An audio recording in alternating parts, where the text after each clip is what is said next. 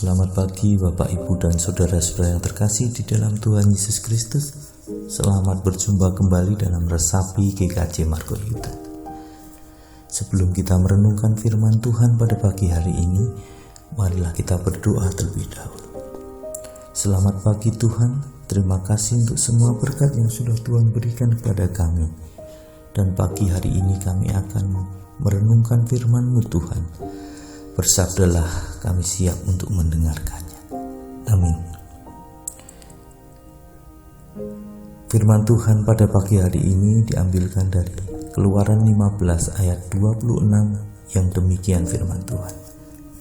Firman-Nya, jika kamu sungguh-sungguh mendengarkan suara Tuhan Allahmu dan melakukan apa yang benar di matanya dan memasang telingamu kepada perintah-perintahnya dan tetap mengikuti segala ketetapannya, maka aku tidak akan menimpakan kepadamu penyakit manapun yang telah kutimpakan kepada orang Mesir, sebab aku Tuhanlah yang menyembuhkan engkau.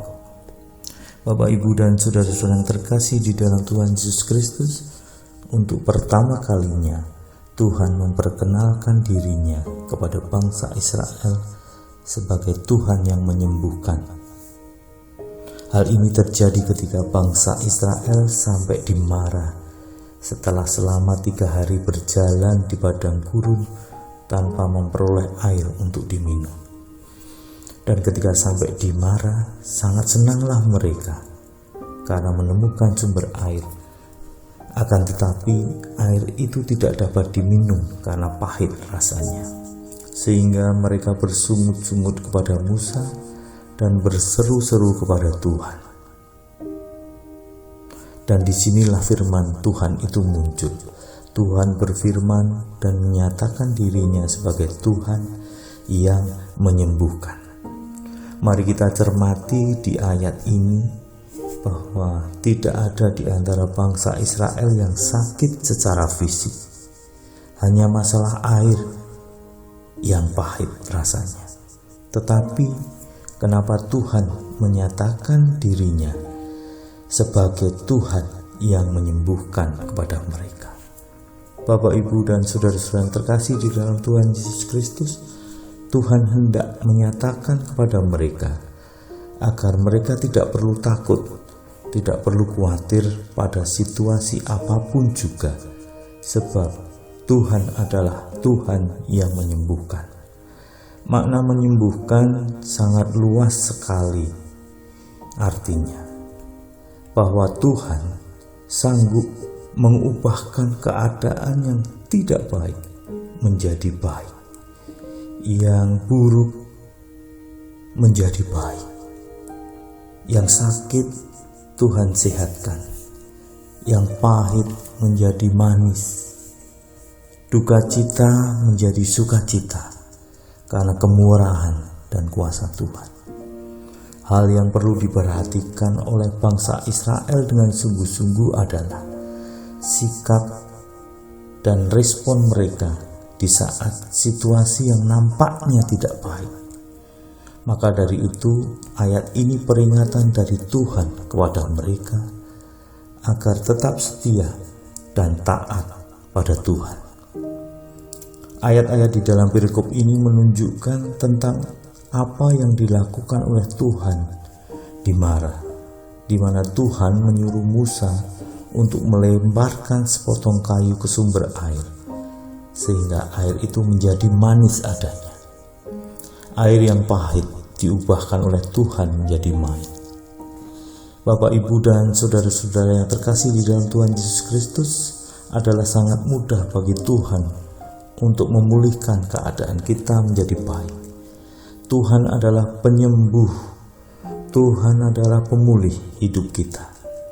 Dia sanggup menyembuhkan segala penyakit dan sanggup mengubahkan keadaan kita dalam kepahitan hidup yang kita alami. Pandanglah Tuhan selalu yang sanggup menyembuhkan dan memulihkan. Janganlah keluar dari mulut kita sungut-sungut kepada Tuhan. Jangan biarkan kepahitan hidup membuat kita menjauh dari Tuhan.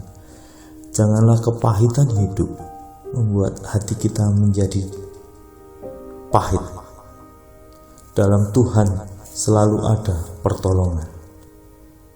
Ketika Tuhan menjadi manusia di bumi ini, Tuhan menyembuhkan yang sakit, Tuhan membangkitkan yang mati, Tuhan mencelikkan yang buta, Tuhan membebaskan orang dari genggaman setan, Tuhan mentahirkan orang kusta, Tuhan mengampuni dosa dan memulihkan keadaan buruk menjadi baik.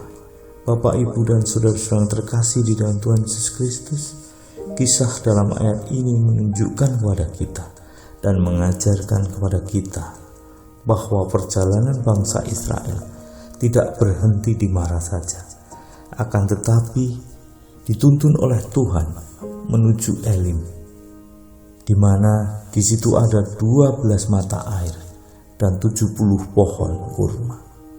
Dari Mara menuju Elim, dari kepahitan menuju pemulihan. Bapak, Ibu, dan saudara-saudara yang terkasih di dalam Tuhan Yesus Kristus, mari jangan berpikir bahwa hidup kita berhenti pada satu titik saja. Mungkin keadaan kita saat ini tidak baik, bagaikan di Mara. Tetapi sadarilah bahwa Tuhan sanggup menolong kita. Tuhan sanggup menolong kita dalam situasi yang kita alami saat ini. Dan ketahuilah bahwa Tuhan sedang memimpin kita menuju fase atau momen yang selanjutnya dalam hidup kita, yang penuh berkat-berkat Tuhan. Hal yang sangat penting untuk kita ingat selalu dan yang untuk kita lakukan adalah taat dan setia pada Tuhan dalam keadaan apapun, meskipun situasi kita penuh kepahitan, tetapi hati kita tetap manis pada Tuhan. Ingatlah bahwa Tuhan adalah penyembuh. Dia sanggup memulihkan, Dia sanggup mengubahkan yang pahit menjadi manis. Dia sanggup memulihkan dan menyembuhkan kita. Amin.